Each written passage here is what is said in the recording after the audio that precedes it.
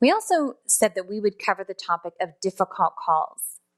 We've covered many of the basics of a call, from having a positive attitude, how to answer the call, using your voice correctly, listening to the caller's need, and identifying what type of caller you are speaking with, and how to end the call.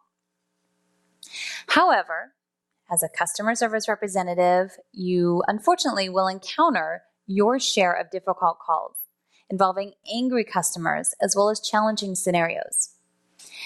Handling difficult calls requires problem-solving skills, including the ability to identify a problem's source and the caller's specific needs, along with finding a solution, as it could be the reason that they're angry is that they have more of an involved issue. You must also be skilled at handling angry callers. Effectively handling these challenging situations and angry callers helps you to improve your customer relationship skills and your relationship with your customer. Now I'm going to cover 3 types of difficult calls: angry customers, abusive customers, and challenging scenarios. All callers have specific needs that must be addressed during a call.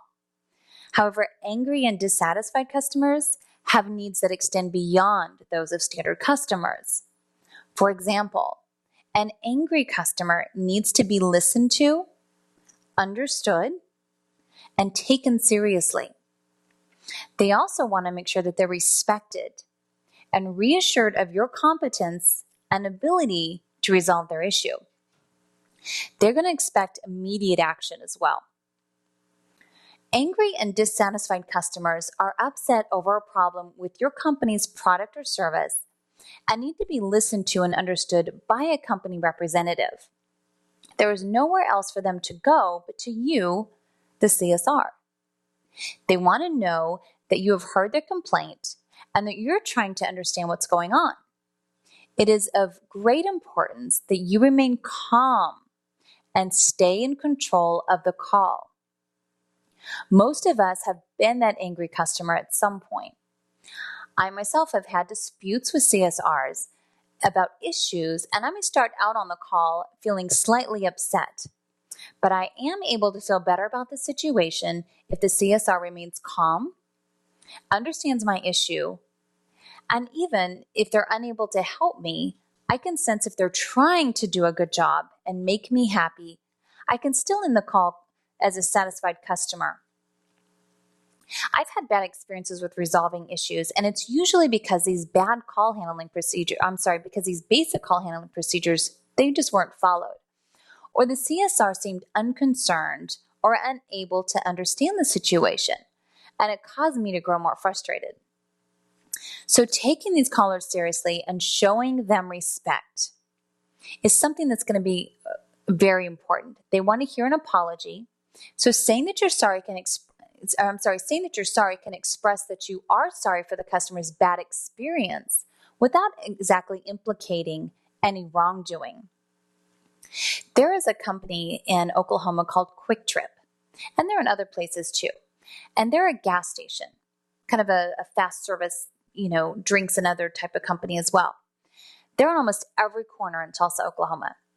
My brother worked for this company, and he told me when he went through his intensive training that one of the things they focused on most was saying the words, "I'm sorry." And he learned that this really works well in pleasing customers. It diffuses most situations and takes a customer off the defensive and can diffuse a heated situation into a manageable one. Respecting customers is always important and is even more crucial when dealing with this type of caller.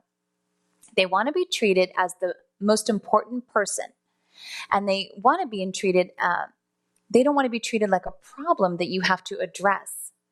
The character of a company is greatly determined in how it cares for their customers when they're unhappy with the product or service, and how this type of call is handled is going to be of importance of whether or not this customer is going to continue to do business with your company and how they're going to tell others about you.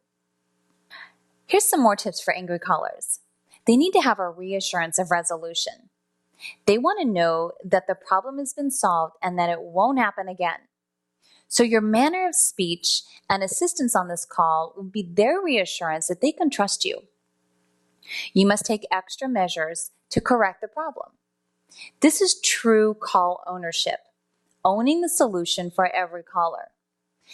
Taking immediate action is a must with angry and dissatisfied customers, as we've mentioned. They're going to expect a quick resolution and for the problem to be taken care of now rather than later. Again, stay calm, patient, and be respectful during these conversations. This will eventually calm the customer down. Focus on the positive by telling the customer how you can help. Close-ended questions may help to move this call towards a resolution by creating focus. It may sound like this. In order to solve this quickly, let me ask you a few questions. Your company may have this already created, but it's good to use to keep the call moving toward a solution and not get stuck on the venting. Asking a question is a good way to redirect the conversation and put you in control. Additional tips for angry callers is this. Don't focus on the importance of whose fault it is.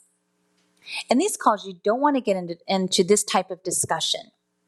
Remember, just apologize for their experience, be courteous, genuine, calm, and respectful, and just let them vent.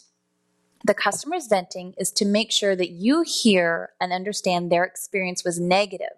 That's why they're doing it.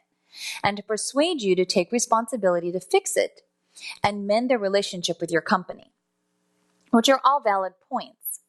So while this isn't the most pleasant part of your job, it's important to let the customers express themselves and not to interrupt.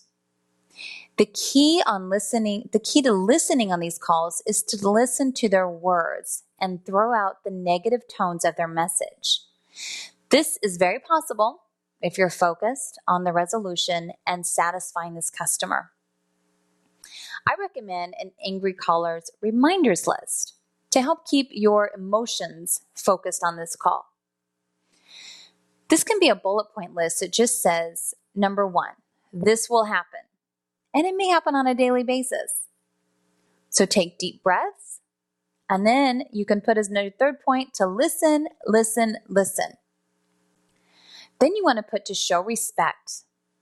Be courteous and be patient. This may be a simple thing to do, but will help you to stay on task and keep this call in perspective.